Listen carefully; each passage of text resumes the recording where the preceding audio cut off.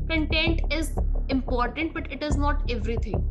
Fine, content में person को खुद भी पता है कि पॉसिबल नहीं है कि एग्जैक्टली अब जो है सेंटेंस बोल सकें करेक्ट सीक्वेंस हो, या रिपीटर्स है, या कुछ लोगों पे प्रेशर होता है कि अब 2 बार दे दिए 3 बार दे दिए, तो इट्स ओके। बहुत सारी मॉक टेस्ट कीजिए, फर्स्ट थिंग जो मैं आपको रिकमेंड करूंगी। और मैं 15 डेज बल्क में रिपीट सेंटेंसेस नॉइजी एरिया में कीजिए। स्टार्टिंग में जस्ट अपने लिस्टिंग स्किल्स इंप्रूव कीजिए, क्योंकि हम लोगों को सुनने की आदत नहीं होती। दूसरा, एक्सेंट।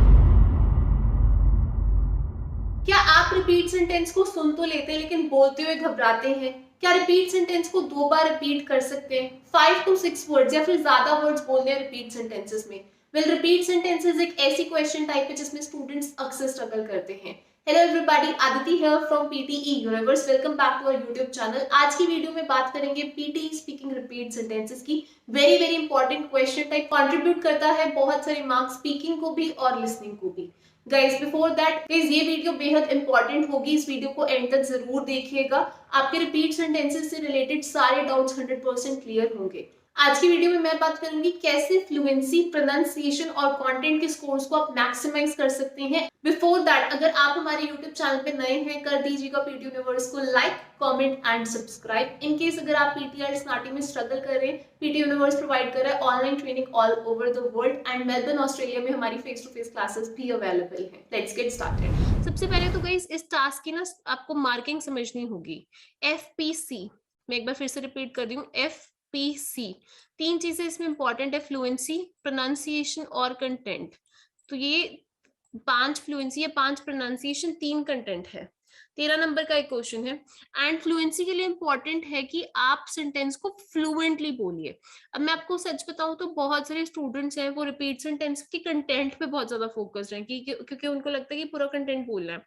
और जब बड़े रिपीट सेंटेंसेस होते हैं, वहां कंटेंट जो है एग्जैक्टली बोलना मुश्किल हो पाता है, तो वहां वो कंटेंट नहीं बोल पाते पूरा। और एक्चुअली क्या होता है कि वहां फ्लुएंसी भी जाती है, प्रोनाउंसिएशन भी जाती है। कुछ लोग क्या है कि कंटेंट बोलने के चक्कर में जो है सेंटेंस को पूरा अटक अटक के बोलते हैं। जैसे मैं आपको एग्जांपल देती हूँ, I am going to get my desired score in PTE academic easily and quickly. ये एक सेंटेंस है। तो आपको रियल एग्जाम में कुछ लोग कैसे बोलेंगे, मैं बताती हूँ, फ्लुएंसी से रिलेटेड इश्यूज ऐसे होंगे। I am going to get my desired score quickly and easily. तो ये अटक अटक के हेजिटेशंस, ठीक है। पॉज हो गया, I am going to get my desired score quickly and easily. ये पॉज ले लेके बच्चे ने बोल दिया, लेकिन बोल दिया। इन सब से हमारा फ्लुएंसी का जो स्कोर है वो बहुत कम हो जाएगा। कुछ लोग टू फास्ट बोले, I am going to get my desired score quickly and easily, तो मुंह में बोला, प्रोनाउंसिएशन का स्कोर आपका बहुत कम आएगा, क्योंकि कंप्यूटर समझ ही नहीं पाया आपको आपने बोला क्या। So this is also very important कि आप जो बोल रहे हैं वो सिस्टम समझ पाए, क्योंकि ये एक कंप्यूटर बेस्ड टेस्ट है। This is not a human based test. I hope आपको समझ आ रही है। अच्छा, कुछ स्टूडेंट्स क्या है कि वो बोल के सेल्फ करेक्शन, खुद को करेक्ट करते हैं। जैसे I am going to get score, I am going to get my desired score quickly and easily. तो ये सेल्फ करेक्शन है, इसको फॉल्स स्टार्ट दोबारा से रिपीट कर दिया, इससे और नंबर फ्लुएंसी के घटते। इसको स्ट्रेट अवे नो नहीं करना है, क्योंकि हमने जो है गाइस कहीं पे भी ऐसे स्कोर्स को लूज नहीं करना है। Content is important but it is not everything. Fine, content में हम अभी आपको मैं गोल्डन ट्रिक बता रही हूँ, प्लीज कॉपी और पेन से इसको लिख लेना। यहाँ पे ये स्कोर गाइड है जो पियर्सन ने खुद ही दी है, और इसी में ट्रिक बेस्ड है। पियर्सन को खुद भी पता है कि पॉसिबल नहीं है कि एग्जैक्टली आप जो है सेंटेंस बोल सकें करेक्ट सीक्वेंस में। जब मैंने रिसेंटली एग्जाम अटेम्प्ट किया था, तो इट वाज सुपर नॉइसी, इतना ज्यादा वहां पर शोर था। एंड मतलब एक साथ मैंने पियर्सन प्रोफेशनल सेंटर लांटे चंडीगढ़ दिया था एग्जाम। एंड काफी ज्यादा शोर था एग्जाम में, तो मेरे से भी कुछ सेंटेंसेस में गलती हुई। I scored 88 in listening. लेकिन यहाँ पर देखिए, मैं एक चीज आपको बता दूं कि मैं फ्लुएंसी पे भी बहुत ज्यादा फोकस थी। आई रिमेम्बर एक सेंटेंस था जो बहुत लेंथी था, और डेफिनेटली उसको मैं नहीं पूरा कर पाई, तो इट्स ओके, मैंने उसको हाफ बोलने की कोशिश की in the correct sequence with the fluency, ताकि मेरे स्पीकिंग के मार्क्स ना जाए। सो आप भी यही टेक्निक कीजिएगा। और मैं आपको बता दूं कि एग्जाम में एक चीज जो और हो जाती है, जो मेरा खुद का रियल एक्सपीरियंस है, स्टार्टिंग के 1-2 रिपीट सेंटेंस के टाइम पे हम नर्वस होते हैं, और कभी कभी क्या होता है कि मैसअप भी हम कर देते हैं, क्योंकि अब हम मैसअप कर देते हैं तो बैक ऑफ द माइंड चलता रहता है कि गलती हो गई। तो बच्चों, उससे नर्वस हो जाता है। पर मैं आपको बता दूं कि ऐसा एग्जाम नहीं है कि 100% एक्यूरेसी चाहिए, आपको 90 आउट ऑफ 90 नहीं चाहिए, 90 में से 88, 89, 87 कुछ भी चलेगा। तो आपसे गलती हो गई, इट्स ओके। अब आपको 58, 6.5 चाहिए, तो 90 इतना है कि आप मिस्टेक्स कर सकते हैं। सो मेरा कहने का मतलब है कि कोई रियल एग्जाम में मिस्टेक हो गई तो आप एकदम से अपना पैनिक मत कर जाइए कि उससे नेक्स्ट आने वाले जो क्वेश्चंस है वो सारे इंपैक्ट हो, क्योंकि मैंने बहुत सारे ऐसे स्टूडेंट्स को देखा है कि वो पहले क्वेश्चन में गलती हो गई और दूसरे में हो गई, तो उससे वो इतना ज्यादा जो है अपना कॉन्फिडेंस लूज कर देते हैं कि रेस्ट ऑफ द सारे क्वेश्चंस जो हैं वो कहीं ना कहीं खराब ही होते चले जाते हैं। सो ये बात समझने की कोशिश कीजिए कि क्वेश्चंस इजी, मॉडरेट, डिफिकल्ट होंगे। स्टार्टिंग में हम एक आध जैसे रीड अलाउड होता है उसमें भी हम थोड़े से नर्वस होते हैं, क्योंकि जैसे एग्जाम स्टार्ट होता है बंदा थोड़ा नर्वस होता है, शोर भी एकदम से इतना ज्यादा होता है कि फर्स्ट टाइम टेस्ट टेकर्स तो बिल्कुल अपना एक काइंड ऑफ पैनिक कर जाते हैं, अपना कंट्रोल लूज कर देते हैं। तो please first time test takers हो या रिपीटर्स हैं, या कुछ लोगों पे प्रेशर होता है कि अब 2 बार दे दिए, 3 बार दे दिए, तो इट्स ओके।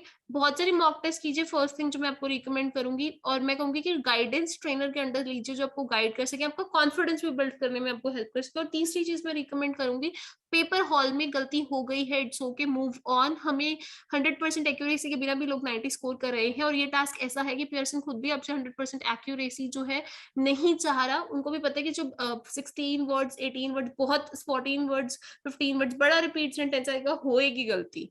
सो वहां पर हमने जो है 50% of the words in the response उठाने प्रॉम्प्ट में से, लेकिन उनको सीक्वेंस में बोलना है। वन मोर टाइम, आधा रिपीट सेंटेंस बोल दो लेकिन करेक्ट सीक्वेंस में, फ्लुएंसी, प्रोनाउंसिएशन के साथ। I am going to get my desired score, rather than saying I am going to get my, वो सब नहीं करना, या going to desired score am I, sequence भी मैटर करती है यहाँ पे।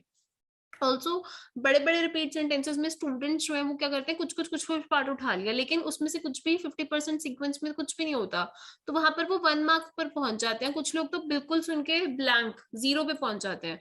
सो ट्राई कीजिए ये कि आप यहाँ पर स्टिक कर सके। मैं इसको मार्क कर रही हूँ, 50% को जो है प्रॉम्प्ट को करेक्ट सीक्वेंस में पिकअप कर सके। Ma'am first of all I would say कि पीटी यूनिवर्स ने मेरी बहुत हेल्प की है, strategies, techniques, everything, templates work very well. So I think just because of you guys, I got my 7 each. I was studying by myself, I didn't have any strategy, plans, nothing. So आपने मुझे बताया कि क्या करना है, कैसे करना है, टाइम मैनेजमेंट कैसे करनी है. So I would say कि yes, just because of you guys, I got my desired score. को फॉलो करने का, हर चीज रिसर्च करने का, राइट। बट जब मैंने पीटी यूनिवर्स ज्वाइन किया तो उनकी स्ट्रेटजीज फॉलो की, उनके गाइडेंस फॉलो किए, उनके फीडबैक्स को फॉलो किया, mock test and all things they guided me, and it was like piece of cake you can say. But आप पीटी यूनिवर्स को अगर सही से फॉलो करते हैं तो I'll say anyone can get 8 each. It just believe, practice, follow the guidance. Repeat sentence पर आ जाते हैं कि हमने एक्चुअली रिपीट सेंटेंसेस को अटेम्प्ट कैसे करना है। मैं एक रिपीट सेंटेंस प्ले कर रही हूँ, आप सुनिएगा पहले उसको। मैं आपको गलतियां भी बताऊंगी जो बच्चे करते हैं, एंड आपको नहीं करनी है, और ये होती है एग्जाम में। तो अगर पहले पता लग जाएंगे तो आई होप होने के चांसेस थोड़े से कम हो जाएंगे।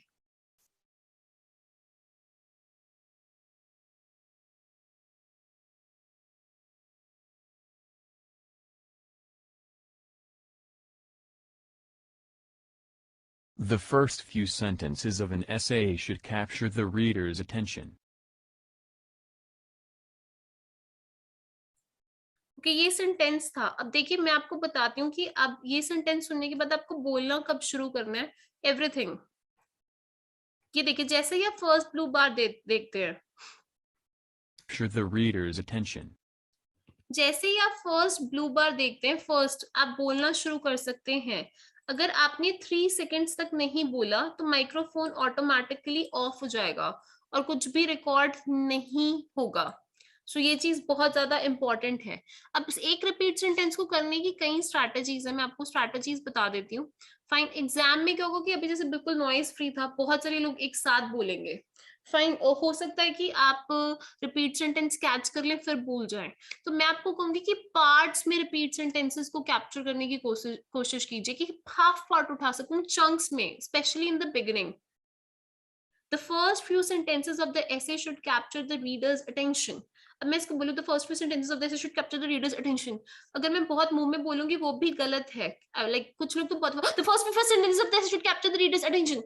बस उन्हें लगता है बोल दो, बट कंप्यूटर को समझ में आना चाहिए आप क्या बोल रहे हैं, ये नहीं कि आप बस बोल दें। कुछ लोग जो है वो अटक के बोलते हैं the first few sentences of should capture readers, तो वो भी ना हो क्योंकि इससे फ्लुएंसी का स्कोर कम होगा।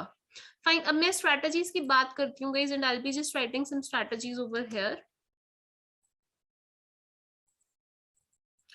कई स्ट्रैटेजी है गाइस, लेकिन आपको ये चेक करना होगा प्रैक्टिस करके, और ये एक दिन की प्रैक्टिस में नहीं पता लगेगा। वीकली 10 डेज 15 डेज बल्क में रिपीट सेंटेंसेस नॉइजी एरिया में कीजिए। स्टार्टिंग में जस्ट अपने लिस्टिंग स्किल्स इंप्रूव कीजिए, क्योंकि हम लोगों को सुनने की आदत नहीं होती। दूसरा, एक्सेंट टोटली डिफरेंट हो, उसको सुन के रिपीट करने की आदत नहीं होती, तो उस पर वर्क कीजिएगा। एंड देन ये स्ट्रैटेजी देखिएगा। कुछ लोग गाइस क्या करते हैं कि वो साथ ही साथ रिपीट करते हैं, जैसे रिपीट सेंटेंस के साथ रिपीट करते हैं फिर से रिपीट करते हैं। कुछ लोगों की ये स्ट्रैटेजी होती है। तो कुछ लोग इनिशियल्स लिखते हैं। Now writing initials is useful, मैंने भी इससे बहुत प्रैक्टिस करी। अगर आपने पुरानी वीडियोस नहीं देखी हैं तो आप देख लेना, मैंने रिपीट सेंटेंस पे एक प्रॉपर 6-7 वीडियोस बनाई है अलग अलग टेक्निक से। सो राइटिंग इनिशियल्स के करते हैं, I am going to London, I am going to London, वो फटाफट कॉपी पे लिख लेते हैं, फिर वो बोलते हैं I am going to London. लेकिन कुछ रिपीट सेंटेंसेस इतने फास्ट होते हैं एग्जाम में, plus back to back question होते हैं, कहीं ना कहीं एग्जाम एग्जाइटी, एग्जाम प्रेशर भी रहता है। हर क्वेश्चन आप राइटिंग इनिशियल टेक्निक से नहीं कर पाते हैं। आपको भी देखना है कि आप कहीं लिख के भूल तो नहीं रहे हैं। So this technique takes really a lot of time, और पर ये यूजफुल है। आपको देखना पड़ेगा आपको हेल्प क्या कर रही है। एक टेक्निक क्या होती है कि फर्स्ट हाफ सेंटेंस को लिख लेना, जैसे I am going, first half लिख लो, I am going to London, second half remember कर लो। तो दूसरे कुछ लोग क्या करते हैं कि सेकेंड हाफ लिख लेते हैं,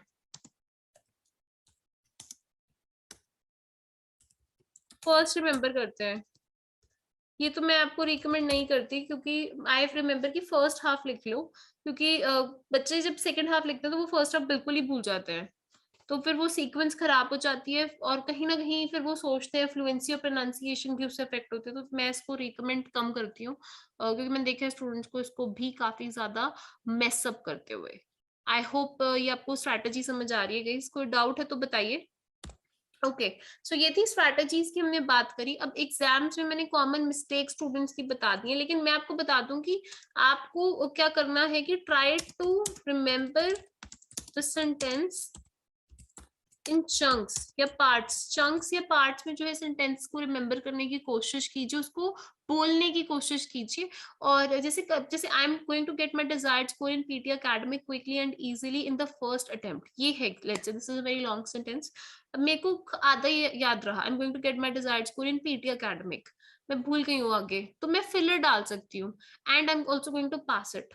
फिलर डाल दो अगर कुछ याद नहीं आ रहा। इससे क्या होगा कि अगर मैंने जैसे बिल्कुल अटक के बोला, सोचा I am going to get my desired score in PTE academic quickly easily and, तो इससे मेरी फ्लुएंसी कम हुई। लेकिन अगर मैंने फिलर एंड करके फ्लुएंसी से बोल दिया, मेरा फ्लुएंसी का स्कोर कम नहीं होगा, मेरा स्पीकिंग का स्कोर कम नहीं होगा। प्लस जब हम अटक अटक के बोलते हैं I am going to get my decide, ऐसे अटक अटक के जब हम बोलते हैं तो प्रोनाउंसिएशन भी अफेक्ट होती है, कंटेंट के तो नंबर जा ही रहे हैं। So what I am trying to say is कि ऐसा ना हो कि फ्लुएंसी भी आपकी सफर करे, प्रोनाउंसिएशन भी, कंटेंट भी, तीनों ही चीजें सफर करें, क्योंकि जब तीनों चीजें सफर करेंगी तो हमारा स्कोर बहुत ज्यादा सफर करेगा। इंटीग्रेटेड टास्क है, हाई वेटेज टास्क है, स्पीकिंग को भी बहुत ज्यादा नंबर दे रहा है, लिसनिंग को भी, तो रिस्क देना भी बिल्कुल भी नहीं बनता है, ले ही नहीं सकते आप रिस्क। प्लस मैंने ऐसे भी बहुत सारे स्टूडेंट्स देखे गाइस जो बहुत टाइम से रिपीट सेंटेंसेस कर रहे हैं लेकिन वो इम्प्रूव नहीं हो रहे हैं। अगर आप भी उनमें से एक है कि आपकी रिपीट सेंटेंसेस की इम्प्रूवमेंट कम हो रही है, तो मैं आपको ये रिकमेंड करूंगी कि लगातार 60 क्वेश्चंस मत कीजिए, लगातार मत प्रैक्टिस कीजिए, उसको डिवाइड कर दो। जैसे एक दिन में लेट्स से आप 80 क्वेश्चंस करते हैं तो उसका डिवीजन कर दो। 80 आप अपना डेली का टारगेट बनाओ। 80 क्वेश्चंस अगर आप करते हो तो 20 मॉर्निंग में कर लिए, 20 आफ्टरनून में कर लिए, 20 इवनिंग में, और 20 लेट नाइट में। जब भी आप करो आप ये आप सुन सकते हो फ्री टाइम में, लेकिन कुछ क्वेश्चंस आप डेफिनेटली देखो कि आपका रेपिटेशन रेट कितना है, रिपीट कर पा रहे हो नहीं कर पा रहे हो, आप कितने कॉन्फिडेंट हो रिपीट सेंटेंसेस को लेके। इंटीग्रेटेड टास्क है, हाई वेटेज टास्क है, रिस्क मत लो। एग्जाम में नहीं प्रिपेयर्ड हो, you need more practice, so you need to definitely do more practice too. ये मैंने बहुत सारे स्टूडेंट्स को देखा कि स्कोर इंप्रूव ही नहीं हो रहा है, एंड वो समझ नहीं रहे हैं कि उनके जो मेजर हाई वेटेज टास्क है वो वीक है। हमारी ऑनलाइन ट्रेनिंग पे हम कई स्टूडेंट्स के वीक एरियाज को हाईलाइट करके उनको गलतियां बता रहे हैं, उन पे वर्क करवा रहे हैं, उनसे प्रॉपर स्केड्यूल्स दिए जा रहे हैं, time table, post study plans दिए जा रहे हैं, और एक इंटेंसिव फीडबैक जब बच्चे लेते हैं, उस पर वर्क करें, स्कोर आ रहे हैं। करते हैं प्ले कुछ और रिपीट सेंटेंसेस। आई होप आप समझ पाएंगे इसको अटेम्प्ट कैसे करना है। So I'm playing a sentence, you just try to repeat it. At the 1830, periodicals appeared in large numbers in America. So जैसे ये एक रिपीट सेंटेंस है, फर्स्ट ब्लू बार दिखते ही रिपीट करना आपको शुरू कर देना है। So guys, before I end this video, repeat sentences एक ऐसी क्वेश्चन टाइप है जिसमें इंप्रूवमेंट आने में टाइम लगता है, so don't give up on it. Practice कीजिए at least 25 to 30 questions on daily basis, and practice करते हुए ये अंडरस्टैंड कीजिए आपको इशू क्या है। बहुत सारे स्टूडेंट्स की लिसनिंग स्किल्स वीक है, उनको रिपीट सेंटेंस समझ नहीं आता। इनकेस अगर आपकी लिसनिंग स्किल्स वीक हैं, ज्यादा से ज्यादा रिपीट सेंटेंस को सुन के समझने की कोशिश कीजिए। Also guys, let me tell you very very important bonus tip जो मैं आपको दोबारा से बता रही हूँ। ट्राई कीजिए एटलीस्ट 50% कंटेंट आप रिपीट कर पाए in the correct sequence with correct fluency. बहुत सारे स्टूडेंट्स इजी रिपीट सेंटेंसेस में भी गलती करते हैं। Easy, medium, hard repeat sentences आएंगे, एटलीस्ट 6 to 7 रिपीट सेंटेंसेस बेहद इजी होंगे पीटी के एग्जाम में। मेक श्योर करें उनमें गलती ना हो। जो लेंथी रिपीट सेंटेंसेस हैं उसमें कोशिश कीजिए 50 to 70% कंटेंट बोल पाए in the correct sequence with correct fluency, and you will get your desired band score.